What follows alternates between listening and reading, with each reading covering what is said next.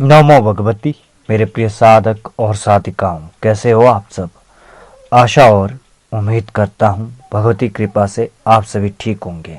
आप सभी ने करण पिशाचनी के बारे में बहुत कुछ सुना है, बहुत कुछ पढ़ा है और यूट्यूब में भी बहुत सारी वीडियो आप सभी ने देखी होगी। हालांकि जितने भी व्यक्तियों ने आपको करण पिशाचनी के बारे में बताया, सब कहीं ना कहीं यही बताते हैं कि करण पिशाचनी बहुत बुरी सिद्धि होती है, इसके बहुत ज़्यादा नकारात्मक प्रभाव होते हैं, बहुत ज़्यादा दुष्प्रभाव होते हैं। ये व्यक्ति के जीवन को बर्बाद कर देती है, व्यक्ति के साथ संभोग करती है, ना जाने कितने तरह तरह की बातें। परंतु वास्तविकता क्या है, सत्यता क्या है, सच्चाई क्या है साधनाओं की। अगर ये इतनी ही बुरी शक्ति है, अगर ये व्यक्ति के जीवन को बर्बाद कर देती है, तो इसके मंत्र हमारे ग्रंथों में क्यों है? क्यों पिपलाद ऋषि ने इसकी सिद्धि की? क्यों वेद व्यास ने इसकी सिद्धि के माध्यम से उन दुर्लभ ज्ञान को अर्जित किया, उन दुर्लभ ग्रंथों को लिखा? सोचने वाली बात है, क्योंकि शक्ति कोई भी बुरी नहीं होती है। चाहे आप तामसिक साधना कर रहे हो, चाहे आप सात्विक साधना कर रहे हो, फिर चाहे आप राजसिक साधना कर रहे हो, सब कुछ व्यक्ति के भाव पर निर्भर होता है। व्यक्ति किस शक्ति को किस भाव से सिद्ध करता है और उस शक्ति का सामर्थ्य क्या है और उस शक्ति का स्वरूप क्या है, उस शक्ति के गुण और प्रभाव क्या है। हर एक शक्ति के साथ नकारात्मक शक्ति होती ही है। चाहे आप फिर दुर्गा की ले लो, उसके साथ भी तो नकारात्मक शक्तियां चलती है। भगवान शिव जी के साथ भी तो नकारात्मक शक्तियां चलती है। तो इसका मतलब ये तो नहीं है कि वे नकारात्मक शक्ति व्यक्ति के जीवन को बर्बाद कर देती है, व्यक्ति के जीवन को तहस नहस कर देती है। व्यक्ति बर्बाद होता है खुद के वजह से, व्यक्ति तहस नहस होता है खुद की गलतियों से। क्योंकि जब आप साधना के क्षेत्र में आते हैं, जब आप सिद्धियों के क्षेत्र में आते हैं, तो आपको कुछ नियमों का पालन करना होता है। हर एक चीज की गोपनीयता बनाए रखनी होती है। और व्यक्ति क्या करता है कि बातों बातों में अपने रहस्य बताने लग जाता है, और ये समाज गवाह है। जिस भी व्यक्ति ने अपने रहस्य दूसरों को बताए हैं, उस व्यक्ति का नाश जरूर हुआ है। क्योंकि हमारे शास्त्रों में, हमारे ग्रंथों में एक कहावत है कि घर का वेदी लंका ढाए। एक साधक तो ऐसा होना चाहिए, उसके रहस्य के बारे में, उसकी सिद्धियों के बारे में उसके परिवार वाले को भी ज्ञात ना होना चाहिए कि उसके पास क्या है, उसने कौन सी सिद्धियां की है। भले ही उसे ये ज्ञात हो कि आप तांत्रिक हो, आप साधक हो, आपके पास सिद्धियां है, पर वह सिद्धियां है कौन सी। क्योंकि तंत्र क्षेत्र में गोपनीयता बहुत जरूरी है। और रही बात करण पिशाचनी की, जितना लोगों ने इसको बुरा बनाया उतनी बुरी नहीं है।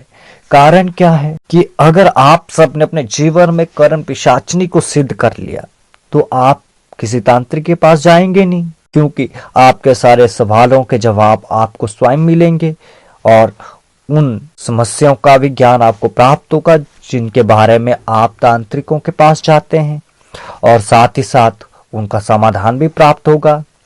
तो यही कारण है कि हमारे तांत्रिकों ने इस शक्ति का एक भयंकर रूप हमारे समक्ष प्रस्तुत किया है। और करण पिशाचनी पर मैंने एक किताब लिखी थी, हालांकि अभी पूर्ण नहीं हुई है, उसको लिख ही रहा हूं मैं।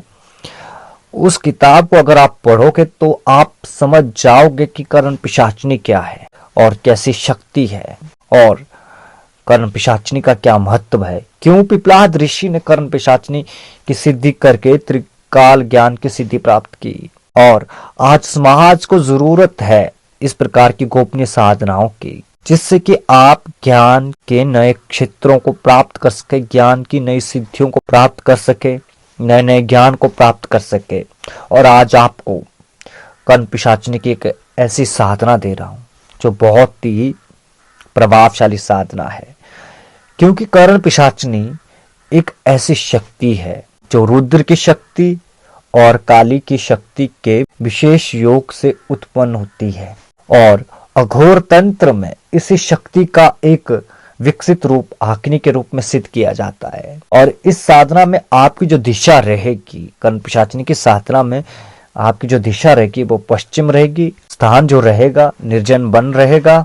और ये साधना आपको रात्रि में करनी है। किसी भी निर्जन स्थान में आपने पश्चिम दिशा की ओर मुख करके आसन के ऊपर बैठ जाना है और अपने सामने खोपड़ी रखकर उस खोपड़ी के सामने आपने दीपक जला देना है और सिंदूर से उस खोपड़ी की मांग भर देनी है। और उसके बाद आपने पान, लौंग, धूप, दीप, पुष्पों से उस खोपड़ी की पूजा करनी है और खोपड़ी पर ध्यान लगाकर आपने मंत्र का जाप करना है।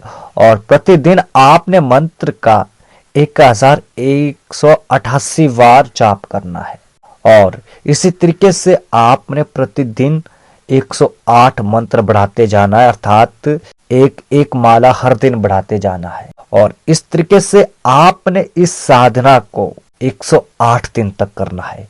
क्योंकि बड़ी सिद्धियां, जो सिद्धियां आपको शक्तियां दे सकती है, जो सिद्धियां आपको सब कुछ बता सकती है, जो सिद्धियां आपके जीवन को बदल के रख सकती है, जो सिद्धियां आपको बलवान शक्तिशाली बना सकती है, जो आपको ज्ञान के अथाह सागर का ज्ञान दे सकती है, उनकी साधना थोड़ी लंबी तो होगी ही। तो आपने साहस और निडरता के साथ साधना करनी है और सभी सावधानियों का आपने ध्यान रखना है। और एक बात का आपने ध्यान रखना है कि कर्ण पिशाचिनी कोमल भाव की कलात्मकता को छोड़कर सभी मनोकामनाएं पूरी करती है। इस बात का आपने ध्यान रखना है। और आधी रात के समय ही आपने कर्ण पिशाचिनी का आह्वान करके नमक, राई, कौवे के पंख और तिल की आहुति देनी है। तो इस प्रकार की आहुति देने से शत्रु का दमन होता है। और कर्ण पिशाचिनी के वशीकरण में तामसी भाव उग्र होता है, इस बात का आपने ध्यान रखना है। और जब आप कर्ण पिशाचिनी के द्वारा वशीकरण की क्रिया करते हैं तामसी भाव के साथ, तो इससे जो माध्यम होता है जिसके ऊपर आप वशीकरण करें वो विवश हो जाता है आपके पास आने के लिए, आपका गुलाम बनने के लिए। और वशीकरण के लिए आपको दृष्टि मिलाकर 7 बार मंत्र पढ़ना होता है और दृष्टि मिलाने से ही उस व्यक्ति का वशीकरण होता है। और अगर आप अंकोल के तेल का दीपक जलाकर उससे 5 या 10 फीट की दूरी पर बैठते हैं और उस तेल के उस दीपक की लौ पर दृष्टि केंद्रित करके कर्ण पिशाचिनी का आह्वान करते हैं तो कमरे में वो प्रकट हो जाएगी आपके समक्ष। ये कुछ गुप्त सूत्र है जो आपने साधना में प्रयोग करने हैं और सिद्धि के बाद भी आप इनका प्रयोग कर सकते हैं। अब मंत्र सुन लें। ओम हम कम कम कम क्रीं फट स्वाहा। एक बार पुनः मंत्र सुन ले। ओम हम कम कम कम क्रीं फट स्वाहा।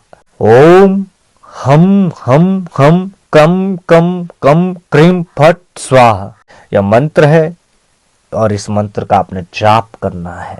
आपको सिद्धि अवश्य मिलेगी। साधना के दौरान आपने ब्रह्मचर्य का पालन करना है, किसी भी वासना पूरक विचारों के अधीन नहीं होना है और काम वासना में लिप्त नहीं होना है और शुद्ध भोजन ग्रहण करना है और पवित्रता बनाए रखना है।